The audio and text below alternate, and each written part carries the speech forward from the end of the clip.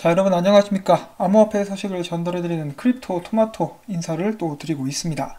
자, 비트코인 어제 오른 후에 한번 살짝 고개를 들었다가 8,360불 정도에서 뿅망치로 한 대 얻어맞고 지금은 숙이고 있는 상황이고요. 8,230불 정도에서 거래가 진행 중에 있습니다. 자, 그리고 곧 있으면 비트코인의 큰 변동성이 예상이 된다라고 합니다. 어떤 소식들이 나와 있는지 뒤에서 계속해서 알아보도록 하고요. 일단은 암호화폐 시장의 전반적인 소식들, 여러분들께 도움될 만한 소식들 간추려가지고 한번 가지고 와봤습니다. 첫 번째로는 국내 소식입니다. 블록체인 수도 서울시 행정서비스 구축 2차 추진 사업 내용은 무엇인가? 1차 사업이 일단 마무리가 되었다라고 하고요. 2차 사업 분야 같은 경우는 서울 시민카드 통합 인증 확산 적용, 시민 참여 직접 민주주의 실현이라고 합니다. 특히 서울 시민카드 통합 같은 경우는 서울시의 온라인 행정 서비스에서 본인 확인과 전자 서명 활성화로 보안성을 강화하는 것이 목적이라고 하고요. 서울시는 이어서 모바일 투표 시스템인 M보팅과 대금 지급 확인 시스템인 대금 바로 시스템에 이를 적용할 예정입니다. 분명히 대한민국 내에서 블록체인 기술을 도입함으로써 발전시킬 수 있는 분야들이 많이 있습니다. 예를 들어 중고차 판매라든지, 특히 이제 가장 문제가 되고 있는 게 있죠. 정말 힘든 사람들을 위해서 마련된 기금들이 눈먼 돈이 되어가지고 중간에서 그것을 슬쩍슬쩍 해가는 사람들이 굉장히 많다라는 것입니다. 이런 부분들을 블록체인을 통해서 완전하게 방지시킬 수 있도록 해야겠습니다. 나라에 돈이 없는 게 아니라 이 도둑놈들이 많은 거다. 꽤 유명한 말이죠. 자, 그 다음에 이어서 계속되는 국내 소식. 4차 산업혁명 외치고는 있지만 소프트웨어 생태계는 척박하고 인재가 부족하다. 제목에서도 보시면 아시겠지만은 대한민국은 이제 기술로 먹고 사는 나라인데 인재들이 이렇게 많이 부족하다라고 합니다. 특히나 주요 융합 산업 분야에서의 소프트웨어 인력 수급 문제가 심각하다라고 하는데요. 소프트웨어 정책 연구소의 연구 결과 2018년부터 2022년까지 인공지능, 클라우드, 빅데이터, AR, VR 분야에 소프트웨어 신규 인력이 31,833명이나 부족할 것으로 전망이 되었습니다. 이 대한민국이란 나라 자체에서 이 기술 쪽에다가 좀 많이 지원을 해줬으면 어떨까? 4차 산업을 포함시켜가지고 IT 등등에 관련된 직업을 유망하게 만들어줬었으면 사람들이 그쪽으로 몰리게 되었을 수도 있었겠죠. 그런데 안타깝게도 지금은 그 반대로 이 노량진 쪽에만 사람이 많이 몰리고 있는 그런 상황입니다. 자, 그 다음엔 아프리카 소식이 있습니다. 아프리카 암호화폐 거래소 루노의 아프리카 지부 대표가 이렇게 이야기를 했습니다. 최근 남아공에서 암호화폐가 유행하고 있다. 현 금융 시스템에서는 국제 송금 수수료가 비싸지만 암호화폐는 비용이 낮고 다양한 곳에서 사용이 가능하며 플랫폼이 잘 구축된 편이다. 자, 그리고 실제로 구글 내에서 비트코인 검색량 1위를 차지하고 있는 것이 남아프리카 공화국, 그리고 2위가 나이지리아다 라고 덧붙였고요. 아프리카에도 암호화폐 열풍이 이제 불고 있습니다. 자, 그 다음 이더리움 클래식에 관련된 소식이 있습니다. 이더리움 클래식이 나스닥 등 주요 기업은 물론 이더리움과도 협력해서 글로벌 대표 블록체인 플랫폼으로 거듭나겠다는 비전을 제시를 했습니다. 그들은 플랫폼 간의 호환성을 강화시켜가지고 블록체인 개발자들이 이더리움 클래식을 더욱더 쉽게 활용하도록 하고 낮은 거래 수수료를 기반으로 블록체인 서비스 운용 효율을 높인다는 것이 그들의 핵심 전략이다 라고 이야기를 한 것입니다. 여기에 더 나아가서 이더리움 클래식 랩스는 최근 메트로놈이라는 블록체인 회사를 인수해가지고 서로 다른 플랫폼 간의 개발 연속성을 강화할 수 있는 방안을 마련을 했습니다. 또한 나스닥 창업센터와 협업을 통해 유망 기업의 블록체인 진입을 돕고 있다라는 말도 덧붙였습니다.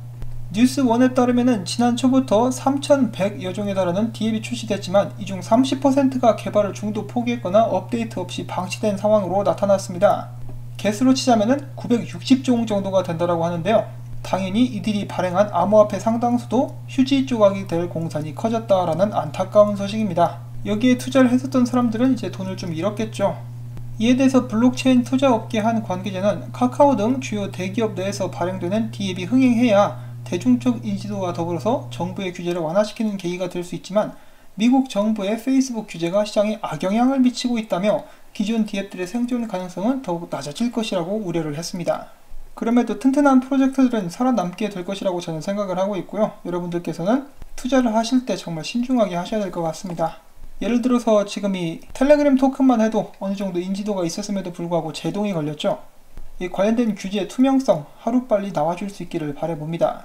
자, 그 다음 소식입니다. 중국의 비트메인이 미국 텍사스주의 세계 최대 규모의 비트코인 채굴 시설을 마련했다는 발표가 나왔습니다. 완공된 시설은 25MW 규모로 50MW 규모의 시설이 현재 건설 중이며 향후 총 200메가와트 규모까지 계속해서 증설할 계획인 것으로 알려졌습니다.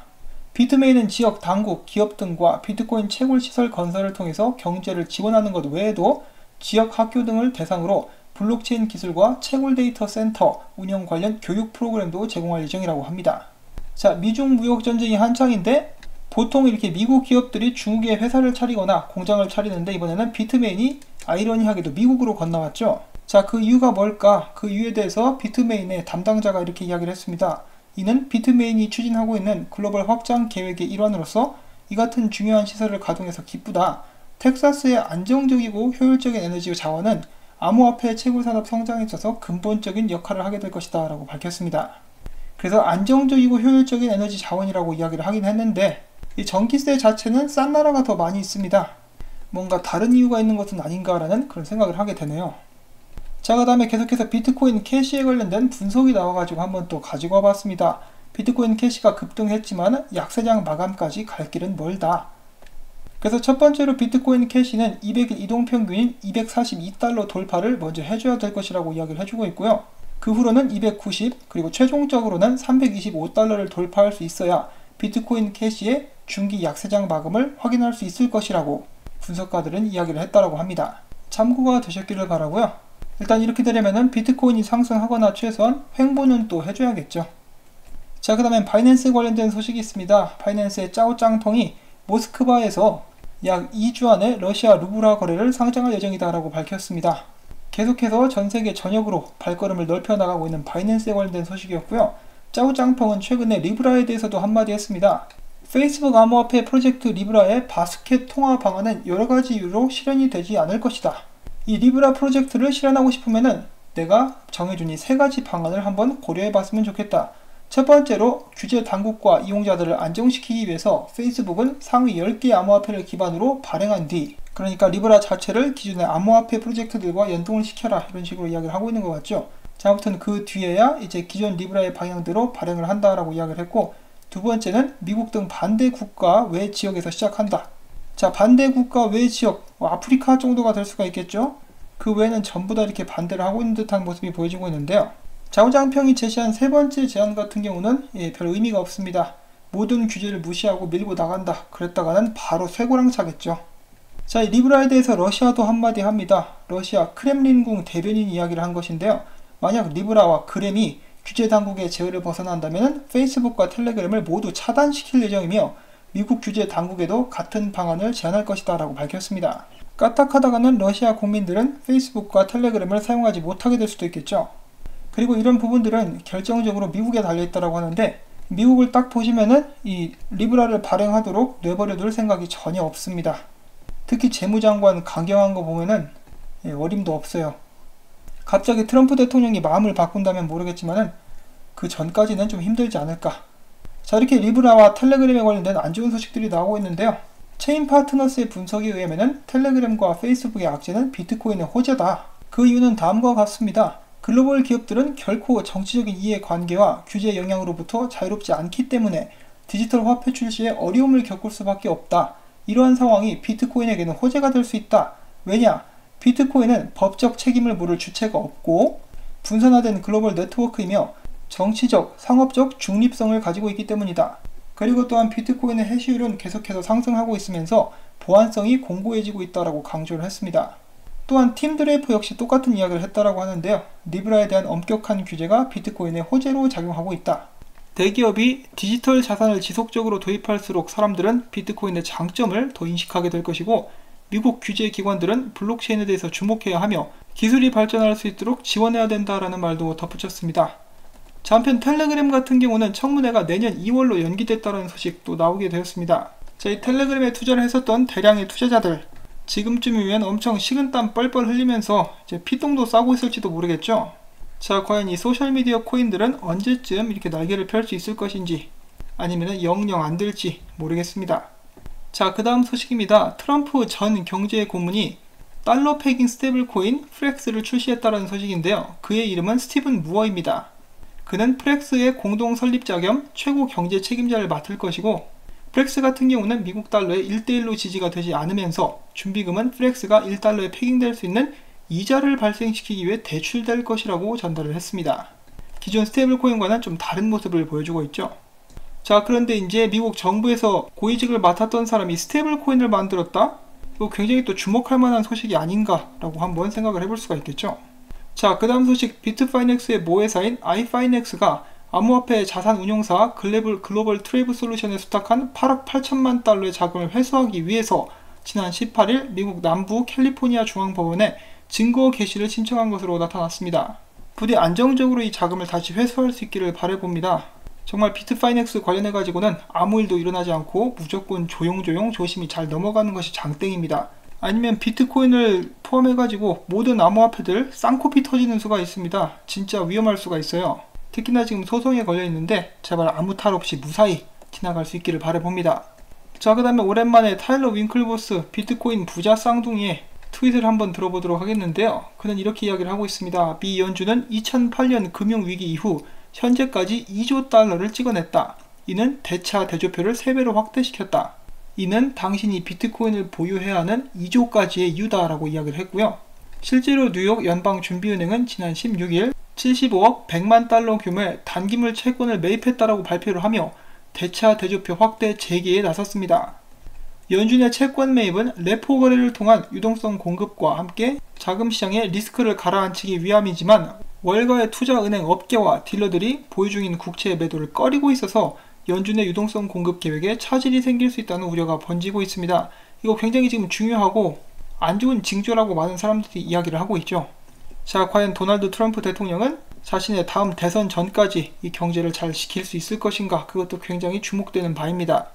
자, 그 다음 비트코인 코어 개발자 지미송 씨가 이렇게 이야기를 합니다. 법정 통화는 진정한 재산이 아니다. 모든 법정 통화는 중앙은행에서 빌려온 가치다. 중앙은행은 언제나 이를 회수하거나 압수할 수 있다. 비트코인은 이 같은 문제를 고쳐나간다. 비트코인 짱이암. 자, 그리고 이 비트코인 같은 경우 최근에 이제 300불 정도 갑자기 반등을 해줬었죠. 그리고 또한 그와 더불어서 반감기도 시시각각 다가오고 있습니다. 자, 과연 반감기를 위한 상승이 지금부터 슬슬 시동이 걸릴 것인가, 많은 사람들은 이야기를 하고 있는데요. 최근에 모건 크릭 디지털의 공동 창업자는 비트코인이 내년 반감기 이후 55,000달러가 될 것이다 라고 다시 한번 이 플랜 B 암호화폐 분석가의 분석을 공유를 하면서 이야기를 해줬다라고 합니다. 자, 다음 반감기까지는 약 7개월 정도가 남아있죠. 그 전에 비트코인이 서서히 시동을 걸면서 전고점을 돌파할 수 있을 것인지 많은 사람들이 기대를 하고 있는 가운데, 이 코인데스크 같은 경우는 이 최근에 있었던 비트코인 상승이 있죠. 이 상승에도 불구하고 비트코인이 강세 추세로 돌아가기 위해서는 지난 10월 11일 고점이었던 8,820달러를 넘어서야 된다라고 분석을 한 바가 있습니다. 자, 그렇다면 비트코인이 7,800달러 선을 시험한 뒤에 반등한 까닭은 무엇일까?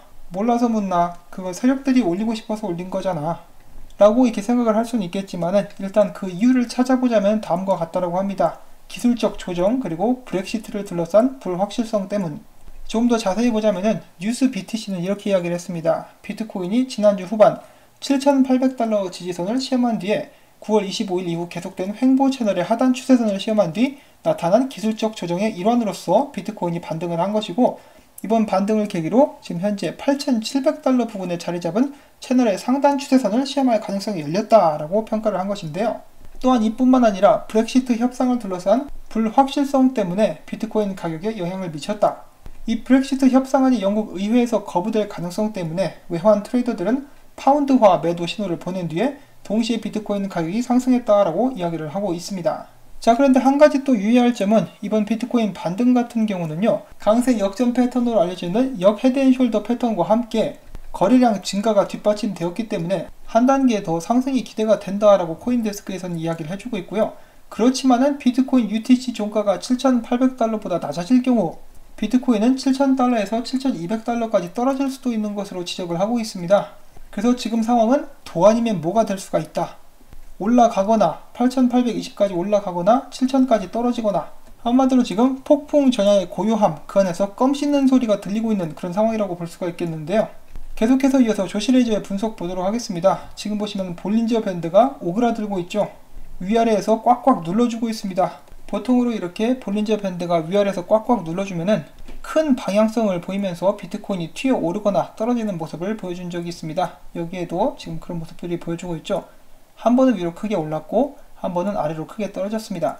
그리고 지금 다시 이렇게 꼭꼭, 이 김밥 천국 아줌마가 주먹밥을 이렇게 꼭꼭 눌러서 만들듯이 이렇게 막 누르고 있죠. 자, 이런 상황에서 우리 비트코인은 어디로 가게 될 것인가? 애지간하면 좀 위로 올라갔으면 좋겠는데 말이죠. 자, 계속해서 조실해지의 또 다른 분석 보도록 하겠습니다. 비트코인이 전일 포함해서 6% 정도의 움직임을 보여주었다. 그럼에도 불구하고 이 비트코인이 이번 달 초부터 거래가 시작이 됐었던 가격 보시면은 8,297불 정도라고 이야기를 해주고 있는데요. 그 위에서 머무는 것은 일단 실패를 한 그런 상황이다.